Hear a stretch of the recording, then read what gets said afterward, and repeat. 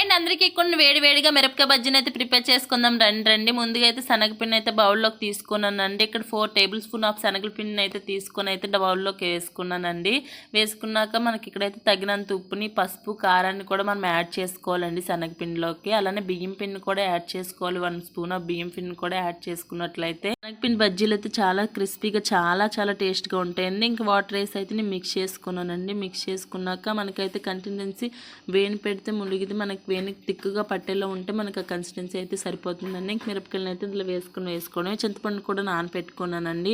ఈ చింతపండు అయితే ఒక బౌల్లోకి తీసుకుని అదే స్పూన్ శనగపిండిని కూడా యాడ్ చేసుకోవాలండి. శనగపిండిని యాడ్ చేసుకున్నాక ఒక స్పూన్ వామును కూడా యాడ్ చేసుకుని అయితే మనం మిక్స్ చేసుకోవాలండి. వండలు ఏమీ లేకుండా ఇక్కడ వామును కూడా యాడ్ చేసుకుని చూసారు కదా. వామును చేసుకున్నట్లయితే మిరపకాయ బజ్జీ టేస్ట్ అయితే చాలా బాగుంటుందండి.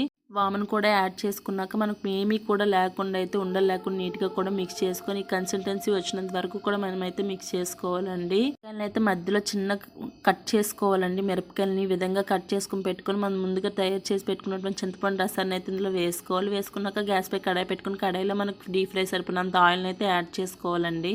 ఆయిల్ని అయితే హైలో పెట్టి హీట్ చేయాలి. మనం బజ్జీలు వేసేటప్పుడు అయితే మీడియం ఫ్లేమ్లో పెట్టి అయితే మనం బజ్జీలు వేసినట్లయితే నూనె పట్టకుండా నీట్గా కూడా బజ్జీలు అనేవి వస్తాయండి. చూసారు కదా, శనగపిండిని అయితే కలిపి పెట్టుకున్నాను కదా. పెట్టుకున్నాక 10 మినిట్స్ పాటు మూత పెట్టి వదిలేసానండి. అందుకే నీట్గా పొంగులో భలే వచ్చింది చూడండి. ఇంక ఫింగర్ పెడితే మన ఫింగర్కి అయితే నీట్గా కూడా అంటుతుందండి. ఇలా ఉంటే మనకి బజ్జీలు కూడా నీట్గా పట్టి బజ్జీలు అయితే చాలా టేస్ట్గా వస్తాయి. ఇంకా బజ్జీలను అయితే అందులో పెట్టి అయితే నూనెలో వేసుకుని అయితే ఫ్రై చేసుకోవడమేనండి.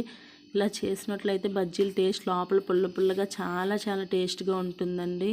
మనం ఫ్రై చేసినప్పుడు ఆయిల్లో వేసుకుంటాం కదండి. వేసుకున్నాక మనం సిమ్లో పెట్టి 10 to 15 మినిట్స్ పాటు ఫ్రై చేసుకోనండి. లేకపోతే లోపల మన మిరపకాయ అంతా పచ్చిగా కూడా ఉండిపోతుంది.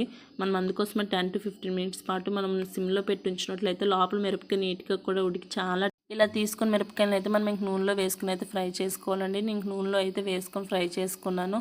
నూనెలో వేసుకుని ఫ్రై చేసుకున్నాక ఫ్రై అయ్యేసరికల్లా ఉల్లిపాయని, కొత్తిమీరని చిన్న ముక్కలుగా కట్ చేసుకుని అయితే పెట్టుకున్నానండి. మిరపకాయలు ముందుగా కట్ చేసి పెట్టుకున్నాం కదండి. ఆ కట్టింగ్లో అయితే మనం ఈ ఉల్లిపాయని, కొత్తిమీరని కూడా లాస్ట్లో యాడ్ చేసుకున్నట్లయితే లోపల పులుపుకి, ఉల్లిపాయలకి చాలా టేస్ట్గా ఉంటుంది. మా బావకి అయితే ఇలా ఫ్రై చేసి ఇచ్చానండి. చాలా టేస్ట్గా ఉందన్నారు. నేను ఇక్కడ ట్రిక్ ఏంటంటే మనం మిరపకాయ బజ్జీలు వేసిన వెంటనే హైలో పెట్టేయకుండా సిమ్లో పెట్టి మనం 5 to 10 మినిట్స్ ఫ్రై చేసుకున్నట్లయితే లోపల ఇదిగో నీట్గా కూడా ఉడికి చాలా టేస్ట్గా ఉంటుందండి. ఇంక మిరపకాయ బజ్జీలోకి అయితే ఉల్లిపాయలు అయితే యాడ్ చేసుకున్నానండి. యాడ్ చేసుకున్నాక కొత్తిమీరని కూడా యాడ్ చేసుకుని సాస్ పెట్టుకొని తింటే ఉందండి. టేస్ట్ అయితే చాలా బాగుందండి. పిల్లలకి ఎంత బాగా పట్టింది చూడండి శనగపిండి అనేది. ఇలా మిర్చి బజ్జీ అయితే ఇంక రెడీ అయిపోయిందండి. చాలా టేస్ట్గా వచ్చింది. మా బావకి అయితే ఇచ్చాను, చాలా బాగుంది అన్నారు. మీలో ఎంతమందికి మిర్చి బజ్జీ అంటే ఇష్టం అనేది అయితే కామెంట్ బాక్స్లో కామెంట్ చేసింది. ప్లీజ్ సబ్స్క్రైబ్ చేసుకోండి.